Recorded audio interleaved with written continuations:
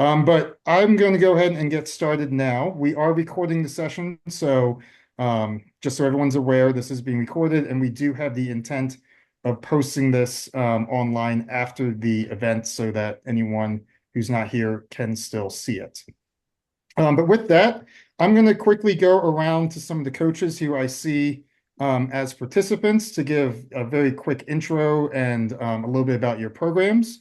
And then if there are coaches on here that I don't call on, please feel free to speak up. So starting with the first person I see is Jerry Wolf. Would you like to say a few words? Yeah, yeah. My name's Jerry Wolf, and I've been with USCSA now for 25 years at Rocky Mountain College and Grand Teton Conference coordinator. Yeah, I've been working with USCSA, and I think it's a great opportunity for athletes of various various abilities. Even on my team, I have from 30-point racers to first-time racers on my varsity team. So yeah, it's a great opportunity for kids to stay ski racing throughout their college careers. Awesome. Thanks, Jerry. Uh, Scott McPherson. Yeah, good evening, everybody. I was just looking at the comments there. Are there people that can't get in? Yeah, Megan is trying to fix that Okay. right now. Sorry, I'll stay on topic. Scott McPherson. I'm the head Alpine coach for Harvard. I'm in my ninth year in this position. Happy to answer as well. I'm passionate about this topic. For those who've heard me speak before, I can get off topic and I can talk a lot, so I'll try to keep everything succinct and answer questions directly. But happy to be here this evening to help. Awesome, thanks. Chris Ader. Thanks, Jay. Yeah, my name is Chris Ader. I'm the head coach at Vermont State University, Castleton. We're a USCSA team, a varsity team. Um, I've been, this is my 23rd year coaching at Castleton.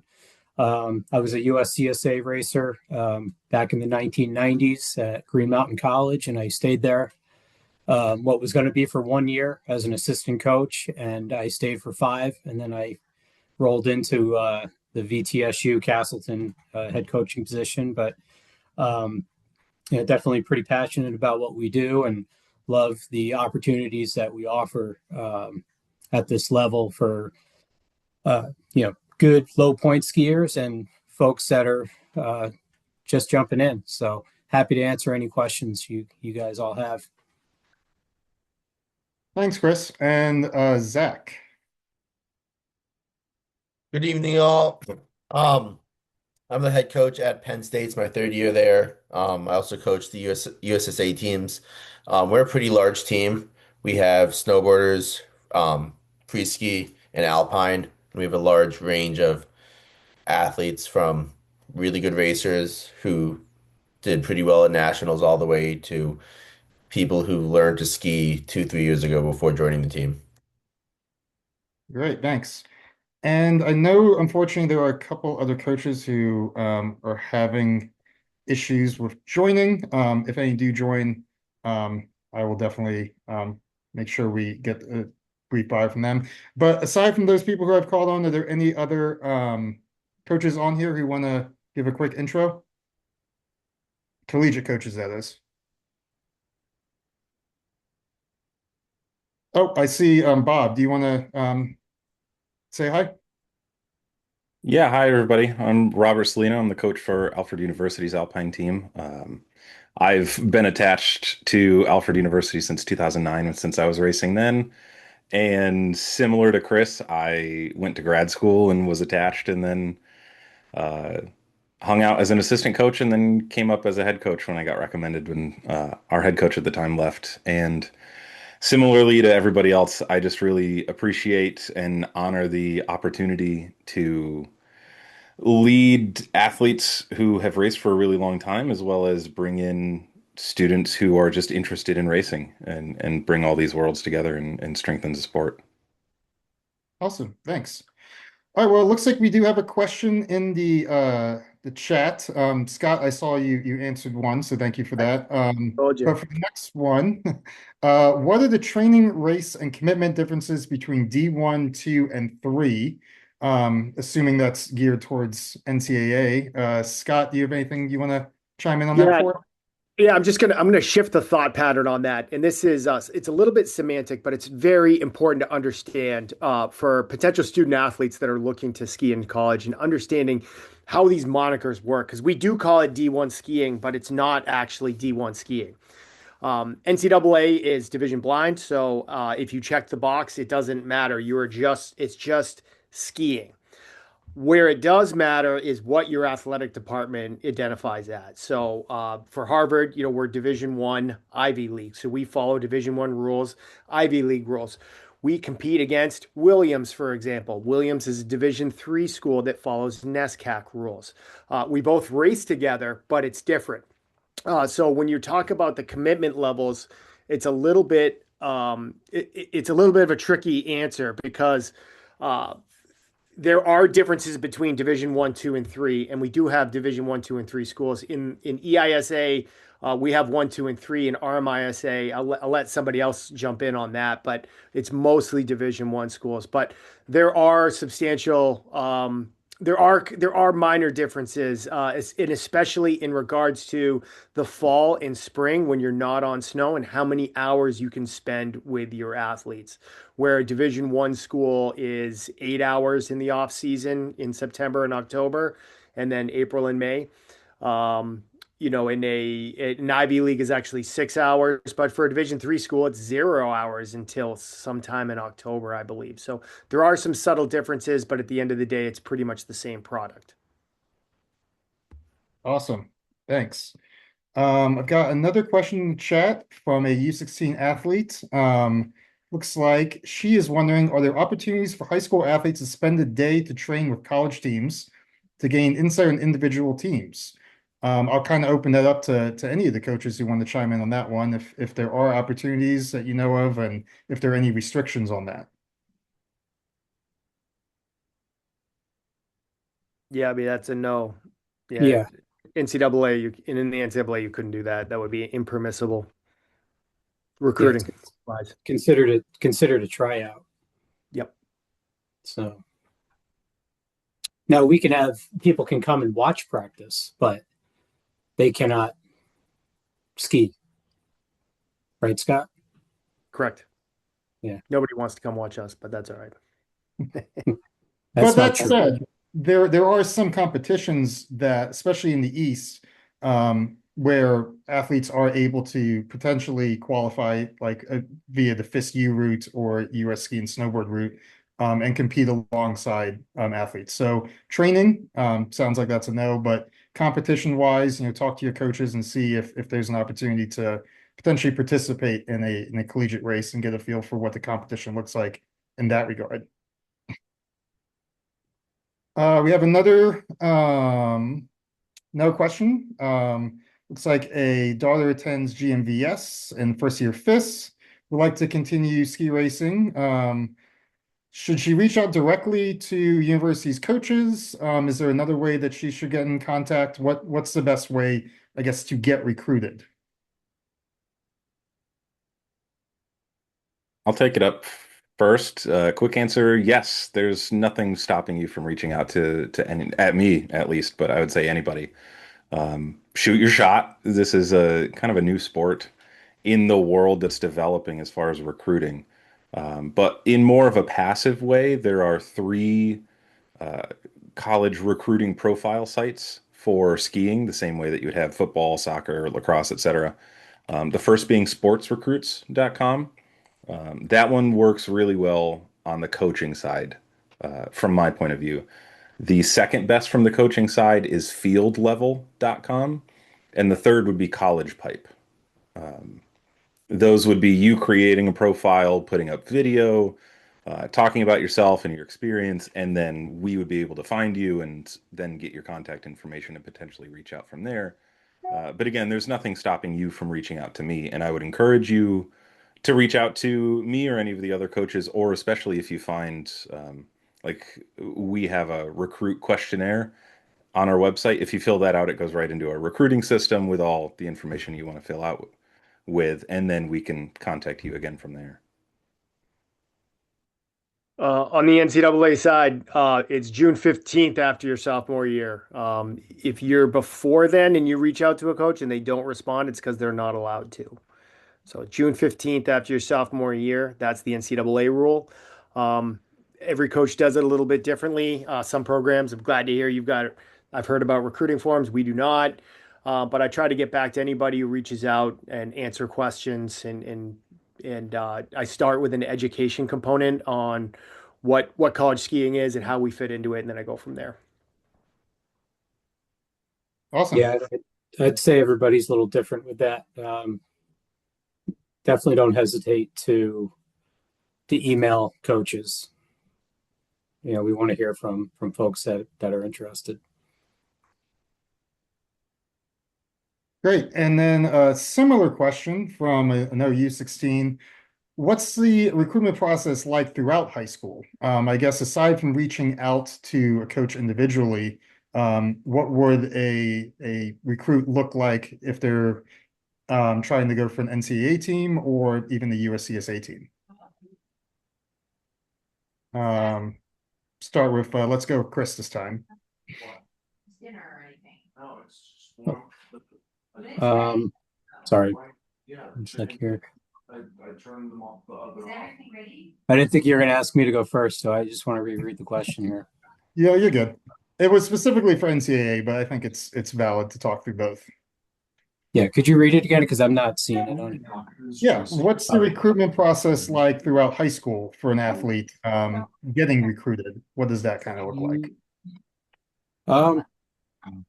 I mean, from my point of view, if somebody's in their junior year or even senior year or in between and they reach out,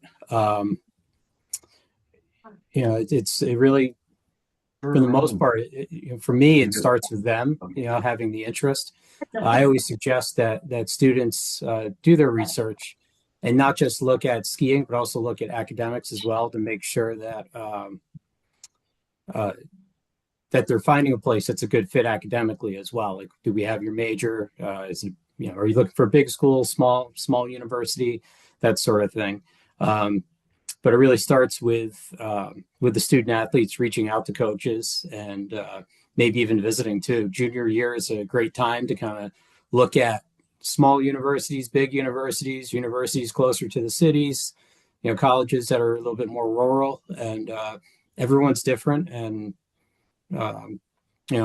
as far as what the recruiting looks like from my end, we have a lot of athletes that go to FIS races. I mean, as I mentioned before, we're a USCSA team, but all of our regular season races are FIS University races within USCSA. And so we do have an opportunity to see some high school kids and academy kids at our races, which has been great. But outside from our regular collegiate schedule, we're also doing FIS races up until the beginning or early April. NCAA allows us to go until April 5th for the last day of US Nationals. And usually the last FIS race here in the East is April 5th or 6th. So, that's another good opportunity to see coaches and coaches see athletes too. Yeah, and Scott, any difference from an NCAA standpoint is that? No, it depends. I think Chris nailed it. I kind of say the same thing, especially your junior spring. Again, I start with an education component. I usually start with a Zoom meeting, sometimes a visit to campus, but just trying to help encourage prospective student athletes that visit to understand their own questions and what are they looking for. So I help guide them, like, what is it that you're looking for in college, so they can leave a visit or a meeting with some more questions that maybe they didn't have when we started. But Chris pretty much covered it. There is a lot of there is a lot of due diligence that's required, especially for our sport because it's so small. So whatever you're into, you gotta look around. And I want to mention something too, just from the USCSA point of view. A lot of people, especially, I don't know what our audience is like, if there's academy athletes here or strictly high school, a lot of people have this dream of NCAA skiing or what everyone calls Division One. And if they're not going to make that, then they only look at the varsity teams in USCSA. And I can tell you 100%, do not shy away from the club teams because there are some pretty legit club teams out there. The beauty with the club teams, and I mean, maybe this is something I shouldn't say publicly, but they don't have to follow a ton of NCAA rules like we do. I mean, we've got people over our shoulders, right, Scott? Like making sure we're following all the rules or we're staying in compliance. The club teams, I don't want to say they can do whatever they want, but they don't, they've got a longer leash, I guess. And some of those club teams, I mean, University of Connecticut, they're pretty legit. I mean, they've been around a long time. They have a really strong alumni base. So when it comes to budgets, I sometimes think theirs is bigger than ours because they show up in new jackets every year. And, there's some really good club teams. So do not shy away from the club teams as well. There's some legit programs out there. Yeah. Another question, again, kind of similarly related. Do you as coaches prefer athletes interested in skiing for your team to reach out to you first, or do you prefer to reach out to the athletes to get that process started? I'm gonna call on Jerry this time to see what he thinks.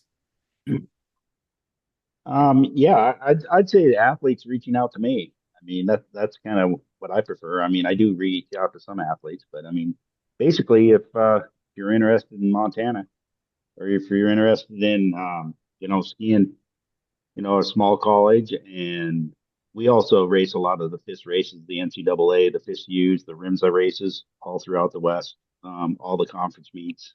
So, so probably about half my team skis in those, and the other half of my team will just ski in the USCSA event. So, usually athletes come to me. I think that works out the best. I mean, I do go to yeah. Any other coaches want to chime in on that one?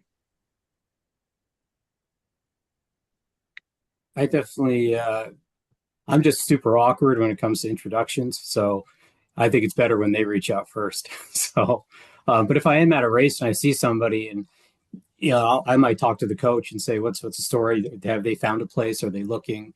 And kind of get a feel from the coaches too. So, and also Jay, I wanted to mention, I believe one of my athletes is on here as an attendee, Jack Keneally. He's still around. Awesome. Yeah, I know we have a couple. So I mean, Jack can also chime in too, like from a student athlete perspective within USCSA. So I also think with a lot of the club teams, I mean, there's no tryouts for club teams, like we take everyone. But if you want to see what's like to be part of the team, a lot of the teams I know, Syracuse, where I raced, and our team at Penn State have really good Instagram accounts that the kids are often on. A lot of people will reach out to that and get in contact with one of the athletes and can learn a lot of information about the team that way also. Yep. And so students feel free to chime in. I know a lot of these questions are geared towards coaching specific recruiting questions. But do feel free to chime in at any time if you'd like to speak up, because we do have a couple great athletes on here who can speak to their experiences. Another question, and again, I'm going to broaden this question a little bit. What's the best resource to find top engineering schools that also have NCAA ski teams?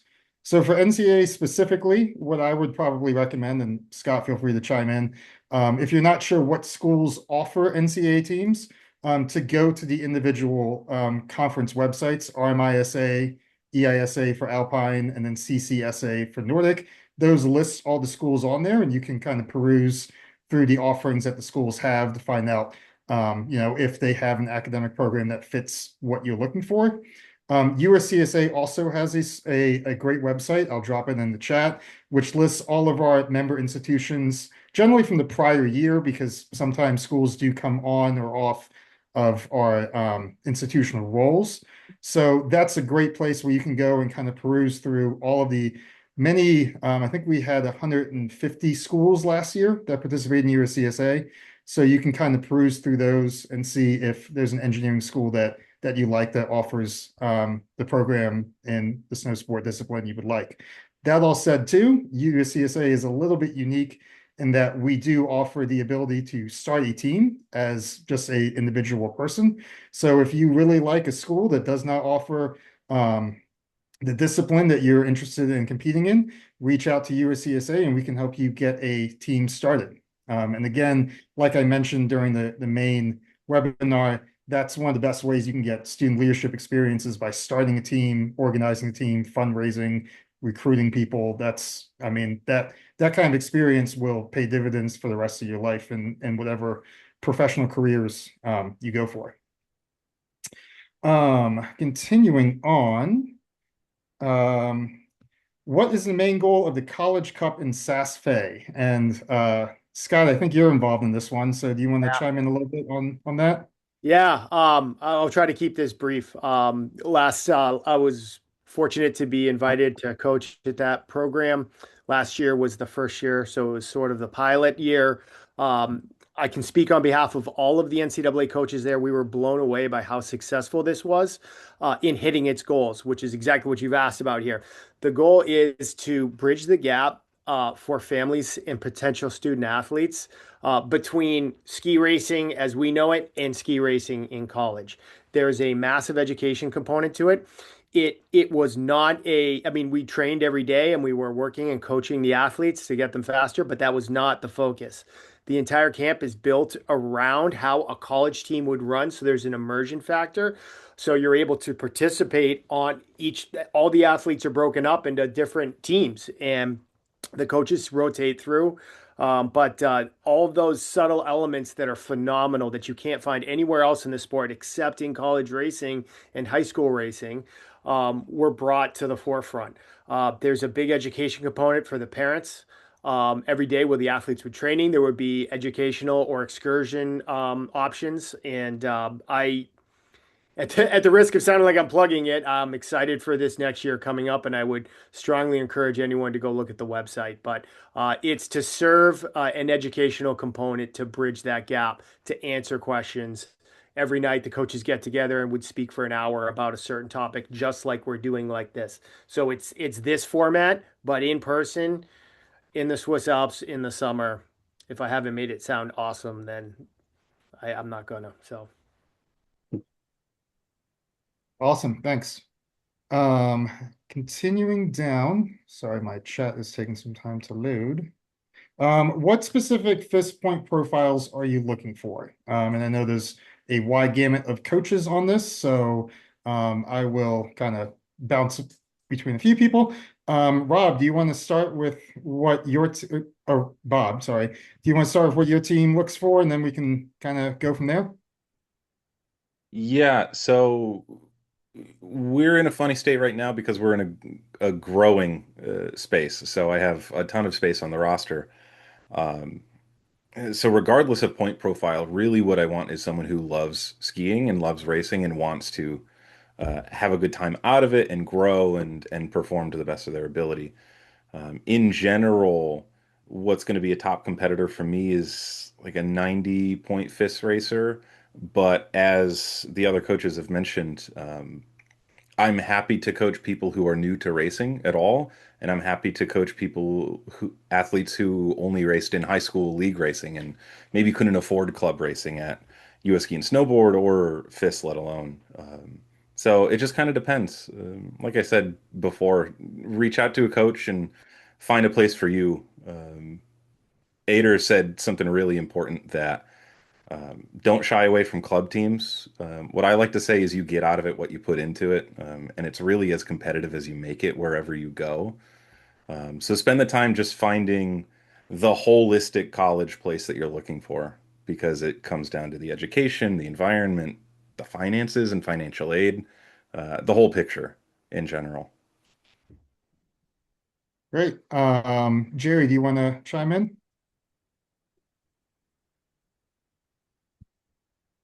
Yeah, I guess yeah, I've got anywhere from 40 point skiers, 30, 40 point skiers all the way up to, first time racers. So I'd say anybody about 80 and below. Um, in USCSA we don't start using FIS points, we start as teams and stuff. So your starting position really doesn't doesn't matter all that much. Same thing the way that I run my program on my team. It's how you're doing amongst the team.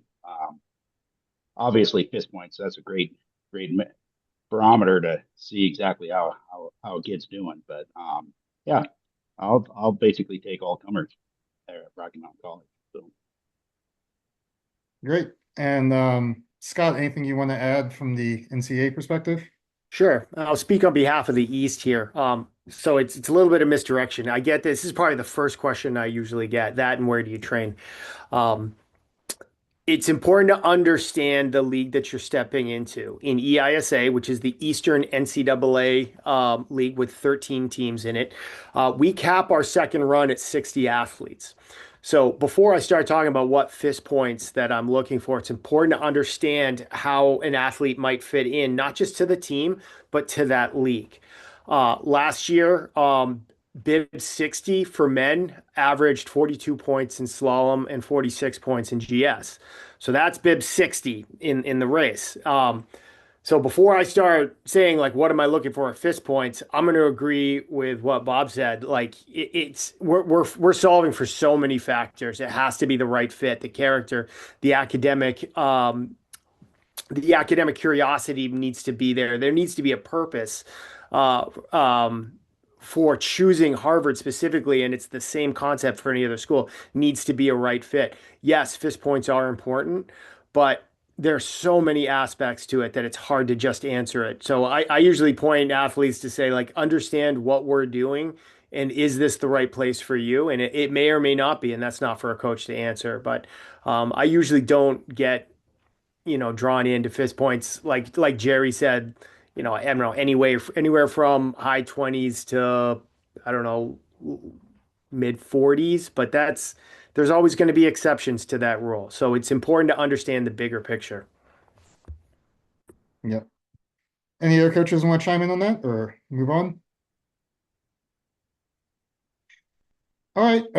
Another question. What is the difference between USCSA club and varsity teams? Can you give a couple examples of schools? So I can give one high level answer to this, and then I'll turn over to some of our club and varsity coaches who are on here. So club and varsity, there's no set definition in USCSA of one versus the other.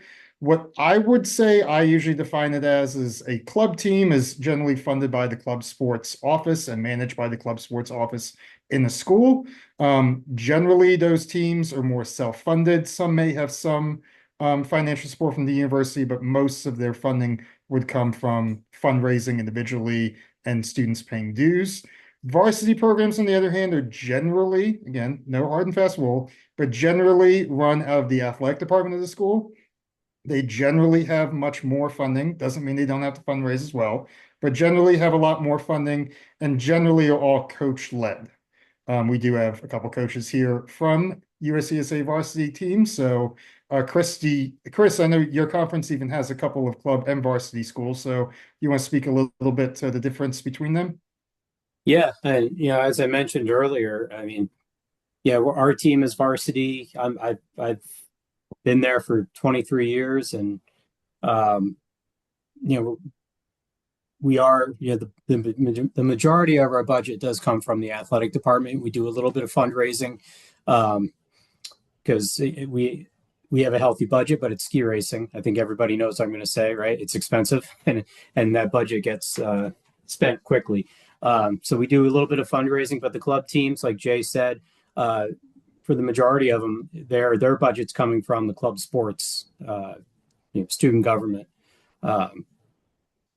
and yeah, it's tough. It's tough to differentiate sometimes between the two because, as I mentioned before, we have club teams that have some really talented athletes. In the McConnell division, where we race within the McConnell division is a league within the Eastern Conference for USCSA. And as I mentioned before, all of our races are FISU races. And the top male athlete this past season was from a club team. He's a guy who's got 40 fist points. And, we have guys who have 40, 50, 60 fist points too. And, so those people don't just exist on varsity teams. They exist on club teams as well. So, and even in the other conferences, because we see the other teams, their club teams and varsity teams at the national championships and throughout the postseason. And, um, everyone's got matching race suits. And when you're on the hill, you can't tell, uh, really who's varsity, who's not.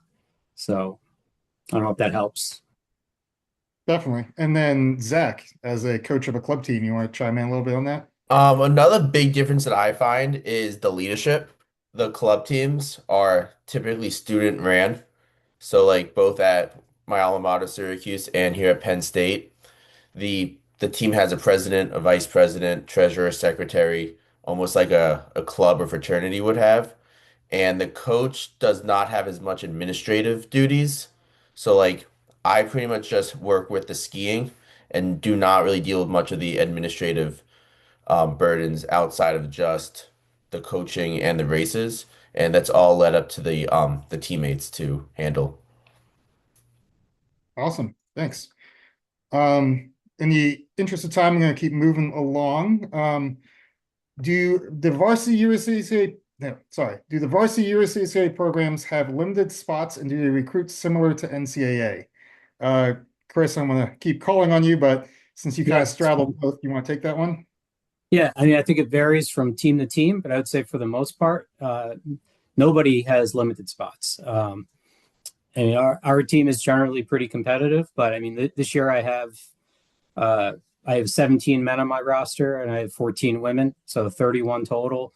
Some other ski coaches out there say, "Are you crazy? Having that many?" But my big prerequisite is you have a ski racing background, whether you have 40, 50, 60 points or you were a top 10 racer in high school. If you want to do it, like I want people to stay in the sport, and if I can help give them that opportunity, I take everybody on the team. As we mentioned earlier, USCSA is about opportunity, and somebody gave me that opportunity when I was looking at colleges and universities, and I'm trying to give back, and I want people to have the same kind of opportunity I did. The answer, from my point of view, USCSA club and varsity teams, I don't think anybody really has a cap. There might be a couple of schools that limit their roster, but when I say a couple, I mean a couple, like 2, maybe 3. Awesome. Moving on, and I do see we had 2 more NCAA coaches join, Andy Locke from Colby Sawyer and Ian from CU. So I'll call on you guys next. What are your thoughts on athletes doing 2 sports, for example, soccer and ski racing in NCAA? Andy, do you want to take that one? Sure, I'd love to. It works really well. Fall sports work really well for being a multi-sport athlete. Particularly soccer is a common one, and I typically will have a couple of soccer players on my team at any given point. And as a school, we compete in Division III, so it definitely helps. Being able to ski at an elite level, but also be able to participate in soccer at the D3 level as well. Great. Any other NCAA coaches want to chime in on that one? All right.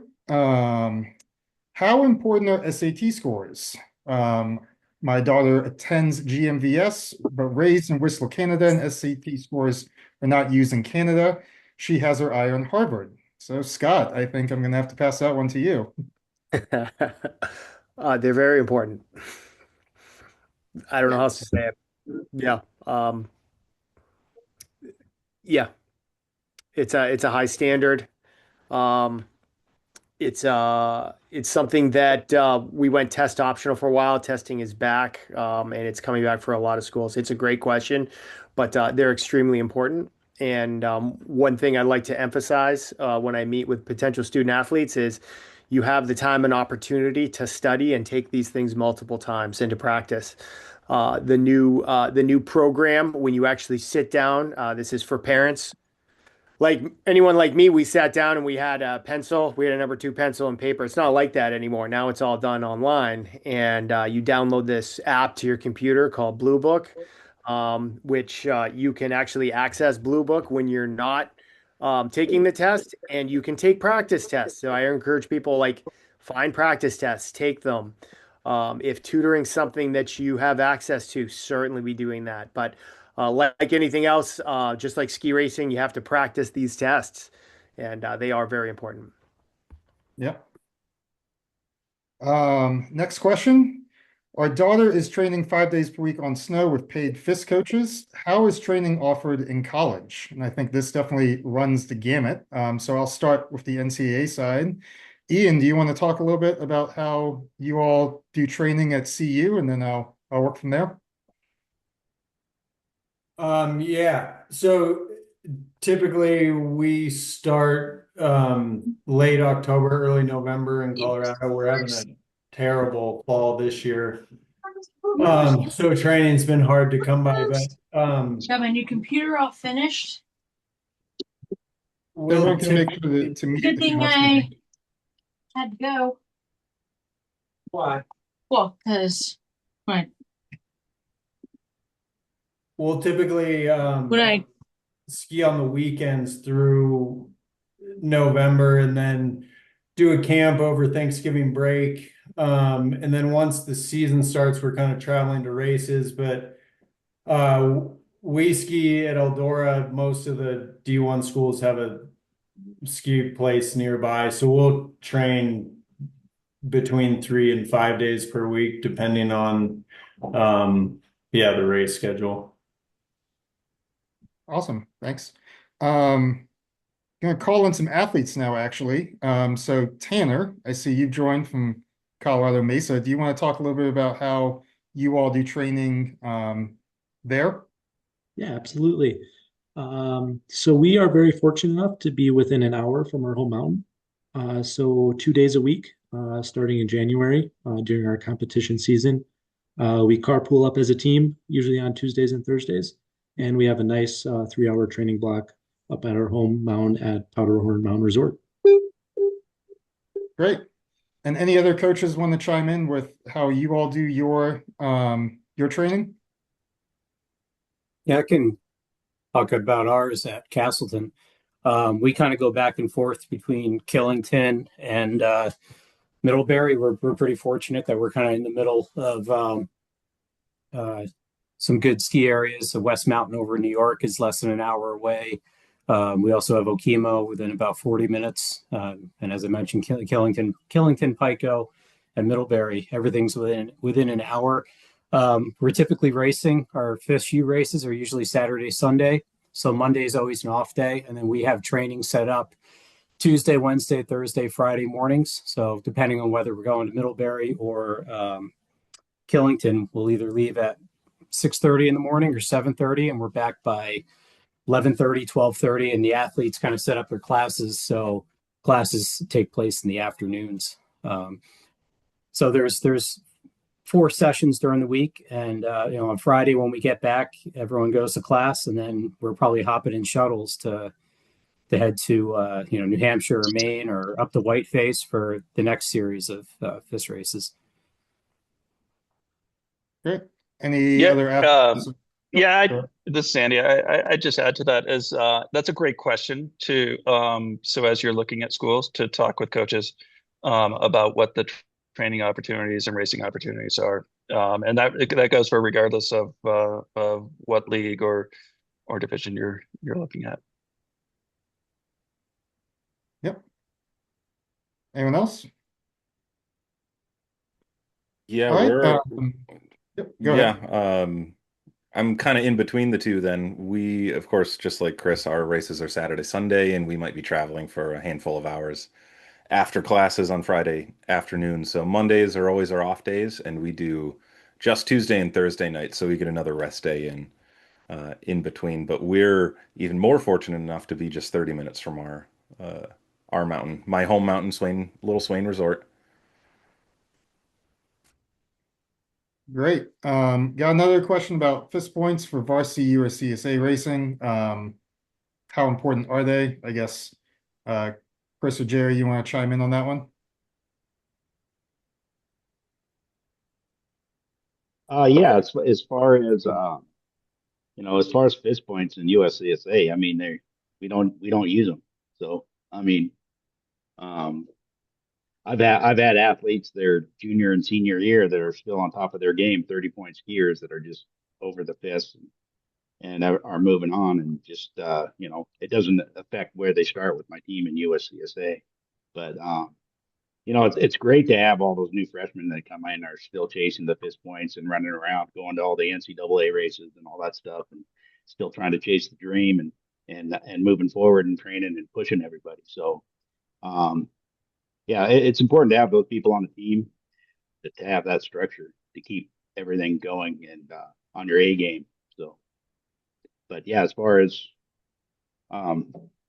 yeah, we don't use fist points in USCSA, so not all that important. It's a little important for us in the Eastern Conference McConnell division, just because with our FISU races, where the starts are the lower the points, the better the course is, right? So, but as far as like when it comes to recruiting and stuff, I love looking at fist points, and I hope that when somebody reaches out to me and I click on their profile, I'm hoping they have 60 points, but sometimes they don't. But I treat everybody the same way, like as far as visiting, and because you never know what you're going to get, and points don't always tell the whole story too.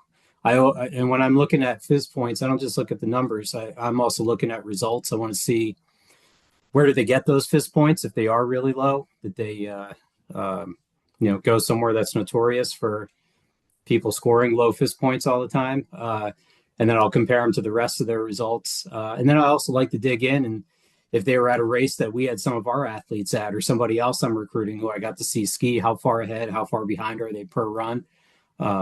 So I look at everything, not just fist points. Great. For the NCAA level coaches on this webinar, what percentage of your races are from the US versus other countries?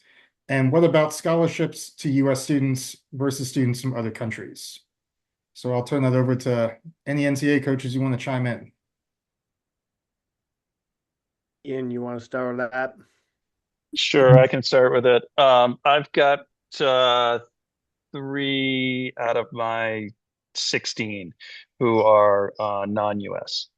So yeah, and we don't offer scholarships at Colby Sawyer.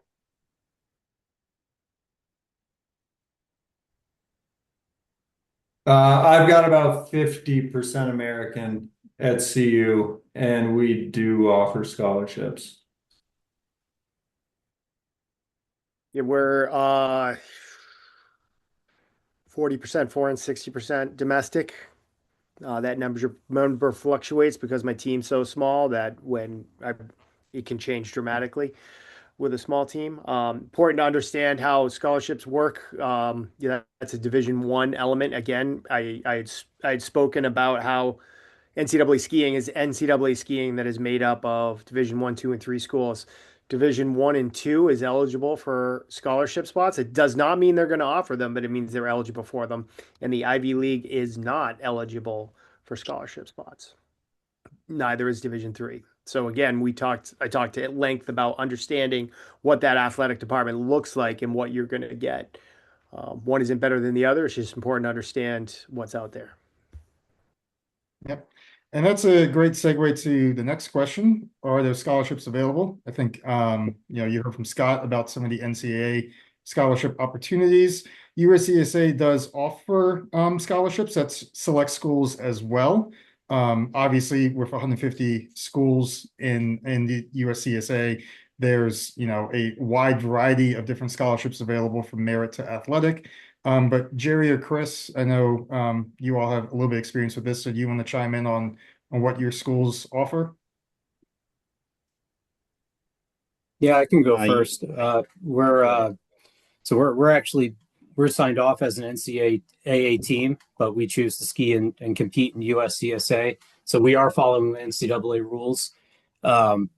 and we are Division III, so we're not allowed to offer athletic scholarships, but we do have academic and other merit scholarships. And I think I find that, I mean, we have athletes on our team who, who have other options as well. And I think we're competitive financially with those other schools. Something to keep in mind that I don't think a lot of people realize is there aren't a whole lot of scholarships out there for skiing, right? I think there's more of us out there that don't offer athletic scholarships. So, it's definitely it's one piece that's important to me, and I'm sorry I haven't mentioned it yet, but I look at grades as well, because if I'm recruiting somebody and I know that we can't offer athletic scholarships, I want to make sure they've got good grades so they can get some sort of academic scholarship to come to our university. And the other plus to that is we want our, we refer to our athletes as, and I know all the coaches here do, student athletes, right? The student part comes first. So they have to have the grades to compete. And I think we all take a ton of pride in our team GPAs. We're typically towards the top at our colleges and universities. And it's something we want to keep that going. So, grades are super important, obviously for the future, but it helps financially too. So no athletic scholarships from us, just academic and other merit.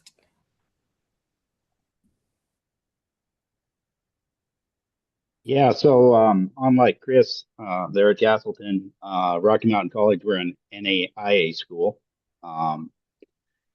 And so we do give the merit awards and academic scholarships. And it's really good to look at those.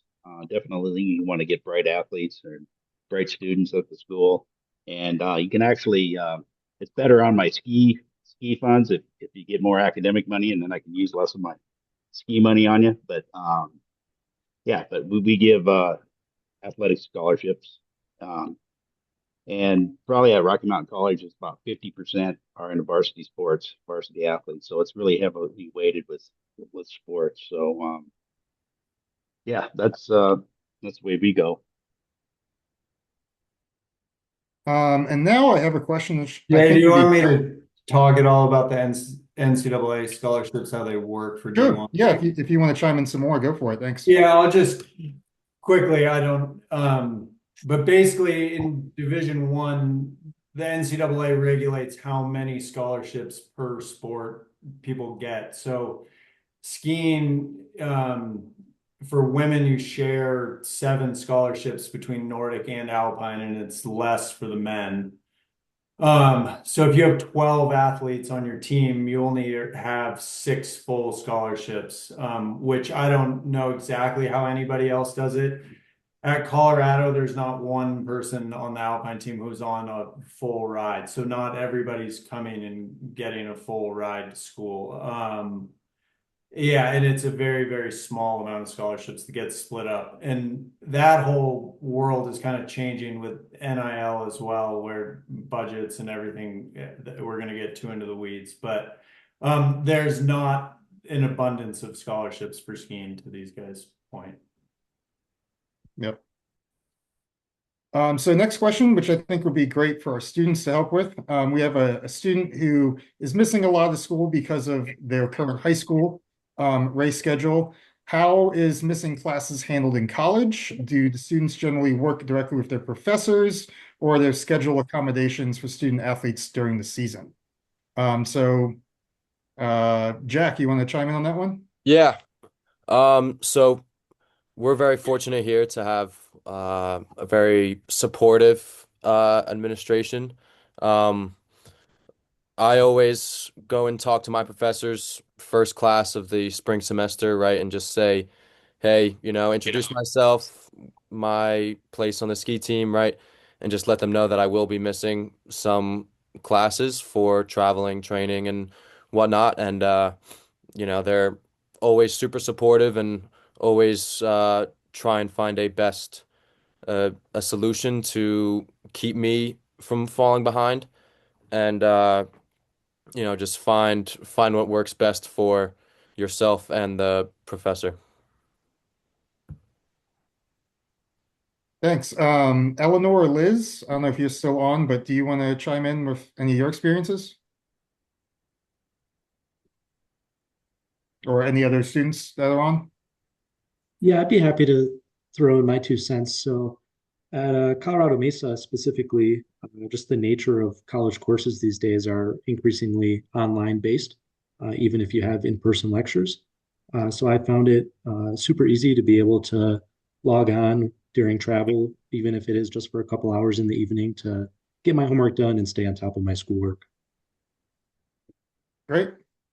Yeah, if I could just chime in too, generally for us too, it's a two-way street. We get a lot of support from the professors, but the athletes have to do their part in the classroom. And even when we are on the road, there's been times where we're at our national championships, and I see athletes in the lodge in between first and second run, studying, or I might have to proctor an exam while we're there. So, we sorry, we get this cat all over me here. It's a little bit of, again, it's a two-way street. We have to do our part too, and they'll support us. Great. Anyone else have anything to chime in on? Yeah, I'll come in. So Alfred University is a Division III school, and we're USCSA as a ski team, but I effectively call ourselves Division III then by what we follow. And Division III is generally what I would say is academics first. So we schedule everything with the class schedule in mind first. So that's why all of our training sessions are in the evenings, because all of our undergraduate classes tend to end at 4:30. So we can still take a trip to the mountain and get 3.5 hours of training in, which then still fits in with our requirements under Division III that you can have a maximum of 8 hours of training within a week.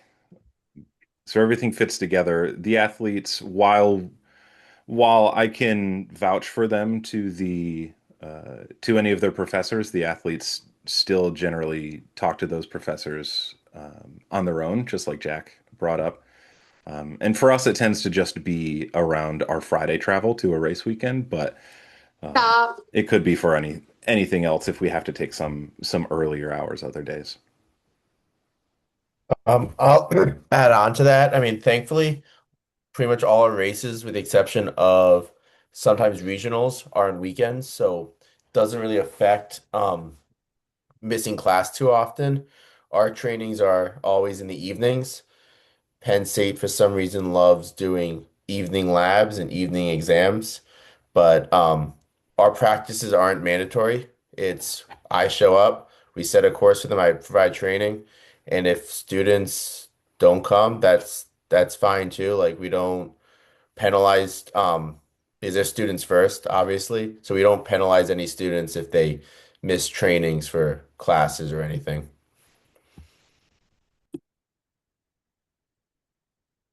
All right, similar to that, and athletes, feel free to chime in on this as well. Do athletes at your school get to register early for classes to help them work around ski training schedules? Uh, I don't I don't know about other schools, but here at Vermont State we do not. So it's just another reason to because not every class is offered in the afternoon, so uh we always try and get on it as quick as possible and as early as possible when registration opens and work with our advisors to form the best schedule that best finds that balance of, you know, keeping it possible to, keep up that student athlete name. Any other athletes or coaches want to chime in on that? If you guys have any sort of exceptions to that rule? Colorado, and I think probably all the D1 schools, we do register early, so they're able to get classes that are convenient for training.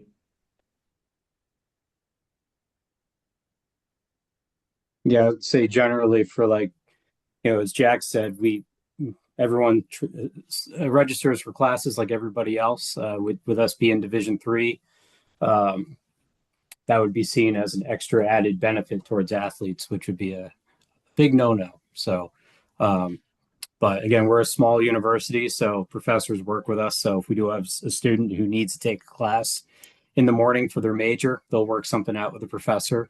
And we always seem to make it work. So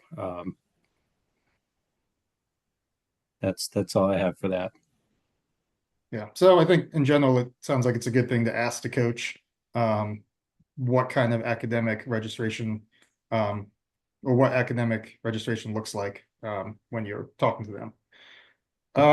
Question, what percentage of your athletes do gap or PG years before joining your teams? Let's start with the NCAA coaches, because I know this is a kind of a hot topic for some of you all. So do you want to chime in on what that looks like for you all?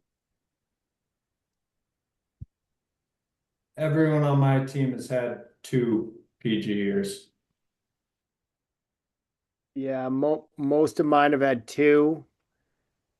I have 2 with none. They came right out of high school. But most Yeah. are 1. Most are 1 to 2. Yeah, I'm probably, pretty similar. It seems like there are quite a few. There's no question that you can make it work. Coming straight out, if that's where you are physically and mentally, it really depends on the kid, and what their goals are and what they're trying to do and where they are. And then any USCSA coaches want to chime in on what you've seen?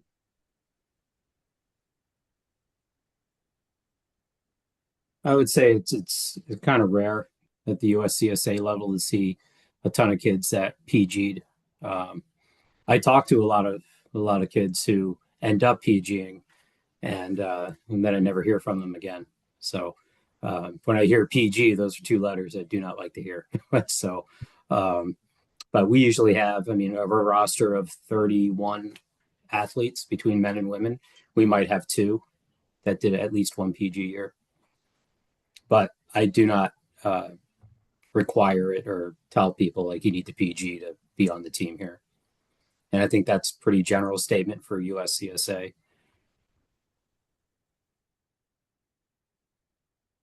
Yeah, I would say the same just on that. Certainly, I don't think it's necessary to PG. It really depends on where you are in your development cycle. Yeah, it Sounds good. definitely depends on the athlete and what they want to do and where they want to go. And a lot of them, for coming into my program, you're not probably going to get more scholarship. If you get your points down 20 more points or whatever, so it doesn't really matter as far as that goes. But it just depends on where they are. But yeah, I probably have maybe about 30%. I think the PG, something like that on my team. Yeah, Scott kind of alluded to this before. And I think athletes need to, it's their decision at the end of the day, really, not ours necessarily. And they need to decide what they're looking for. And if somebody has that goal of, I want to ski for an NCAA team, ski at that level, then maybe PG is in the cards for them.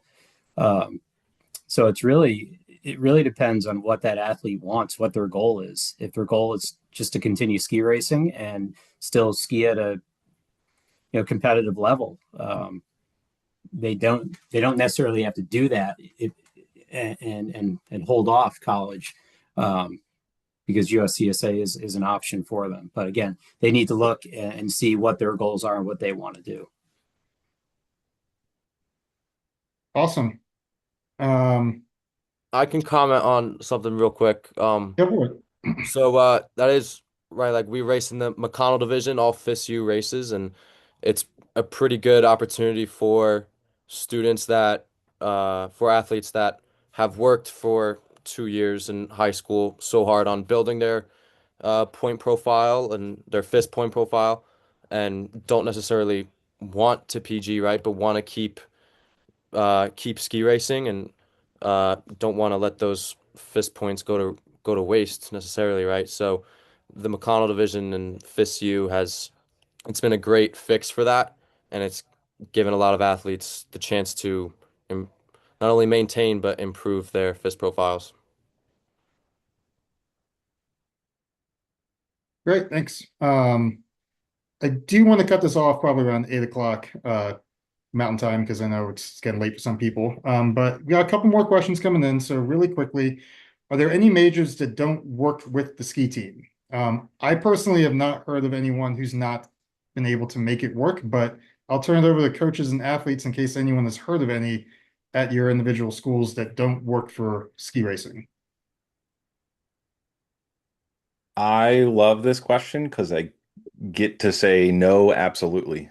We have art and design students who have super late night or super late morning glass blowing slots or kiln firing slots that can make it happen. And we have super intense ceramic glass engineering students who can make it happen. And our business students, our humanities and liberal arts and sciences majors across the board that all make it happen.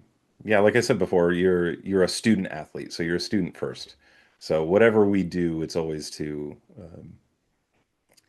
work with you uh, at your academic level first, and then you're an athlete on top of it. Yeah, so with us at Vermont State University, Castleton, we have a really cool academic program. It's called Resort and Hospitality Management, where our students live at Killington and they work up there. It's a trimester schedule. So I often get this question, can I be on the team and do that program? And I've spoken with the faculty in that program, and they say, yeah, if the student's willing to do X, Y, and Z, it can happen. And I've yet to find a student athlete that can do that. The trimester, the way it works, first trimester, third trimester, you're in classes. Second trimester, you're actually working up there, doing all kinds of different jobs. And if you think about, I mean, Killington's a destination resort, and when people go on vacations, it's weekends and holidays. So guess when those students get to work? Weekends and holidays, and of course, weekends are when we are competing. So it's tough to make that kind of program work. I would say students that are studying like exercise science and like athletic training, some of those science, molecular biology, biomedicine, where there's labs, sometimes that can be challenging, but we always seem to make it work out with taking a lab at a different time. So again, it's about, there's flexibility on the faculty side as long as our student athletes are doing the right things in the classroom and so forth. So, but generally, I can't really think of any other programs that are tough. Maybe nursing, but I've had nursing majors on my team too. We always find a way to make it work, except for that resort and hospitality management program. I can't get past that yet. Great. If planning for a PG year, should that influence when you apply? I'll turn it over to either NCAA or USCSA coaches for that one. Yeah, I can start with it. It's kind of complicated. So it goes into why are you taking the PG year? What are you trying to do? Is it depending on the school and depending on what's happening? If you're applying early decision, there's just a lot of variables in there. And I say that we are not an early decision school, but I know there are some who are.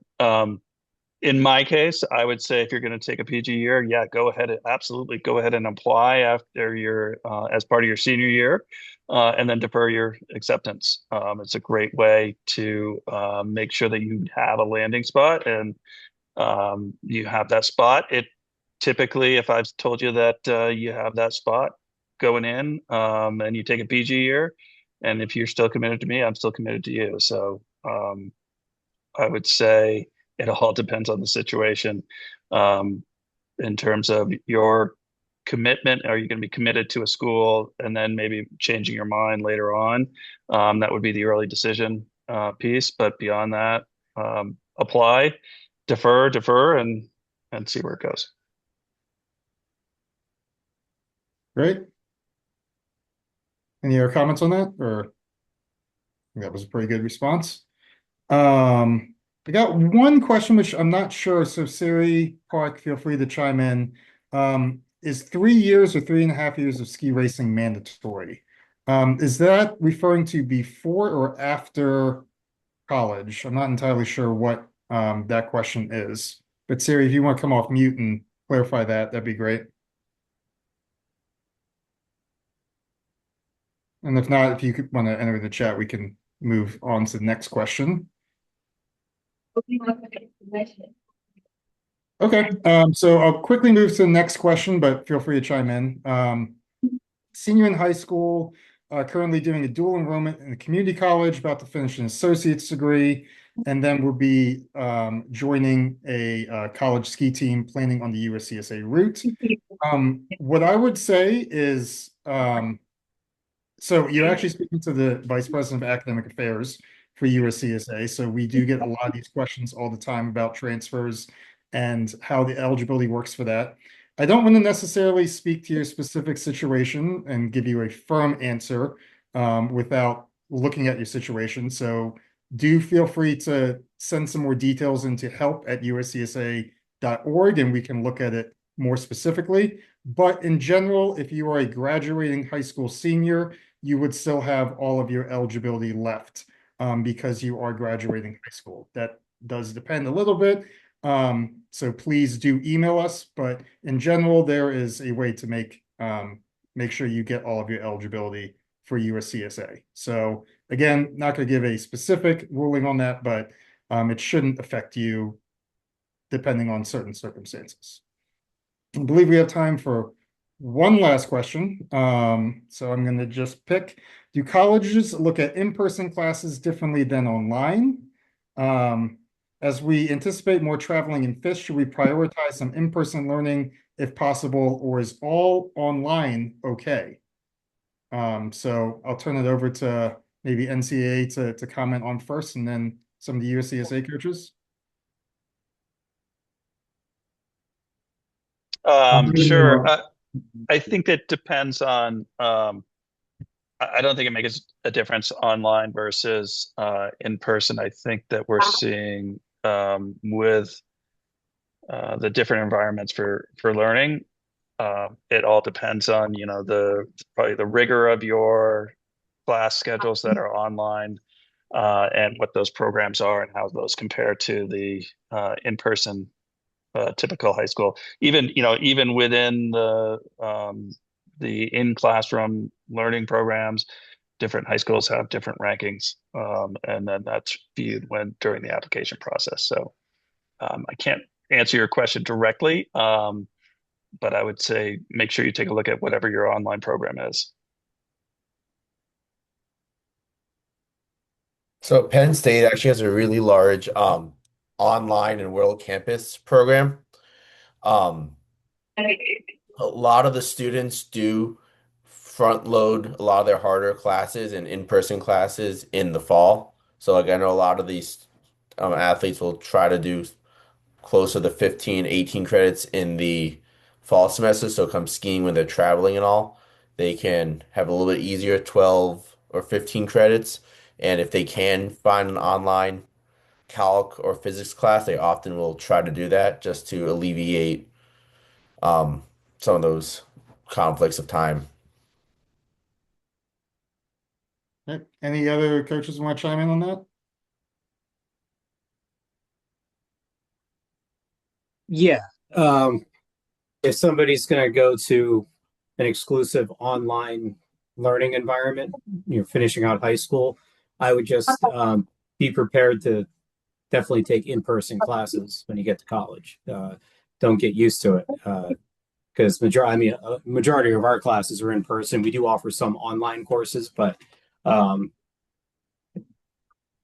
you just got to know that like at our university, we're about relationships, so we want to have students in the classroom with the professors engaging and that sort of thing. So, I don't encourage my athletes to take a ton of online courses, but I mean, at the high school level, I could tell you our admissions office isn't going to think less of somebody that's taking online courses because sometimes online courses are tougher. So, just depends on the individual student. So. I don't think there's really an issue from our end. If someone's taking an exclusively online high school schedule, but just don't get used to it because you'll have in-person classes. Awesome. Well, we are at the 8 o'clock Mountain Time mark, so I'll cut it off here. With that said, we are planning to host another info night in the spring, so please be on the lookout for that, just in case we didn't get your question answered. Also, feel free to reach out to either USCSA or the NCAA coaches on here if you have other questions. I'm also dropping a link in the chat. Someone did ask about engineering school specifically, but that link has the list of all USCSA institutions, so please feel free to browse that. And like I said at the beginning of the session, this has been recorded and we will post this and get it distributed to everyone. So if someone was not able to get on the call because of our technical issues or was not able to join because of another conflict, please feel free to send the information out to them. Otherwise, thank you all for attending and for the great engagement. Really, really appreciate it. It also helps us to learn exactly what people are looking for going forward.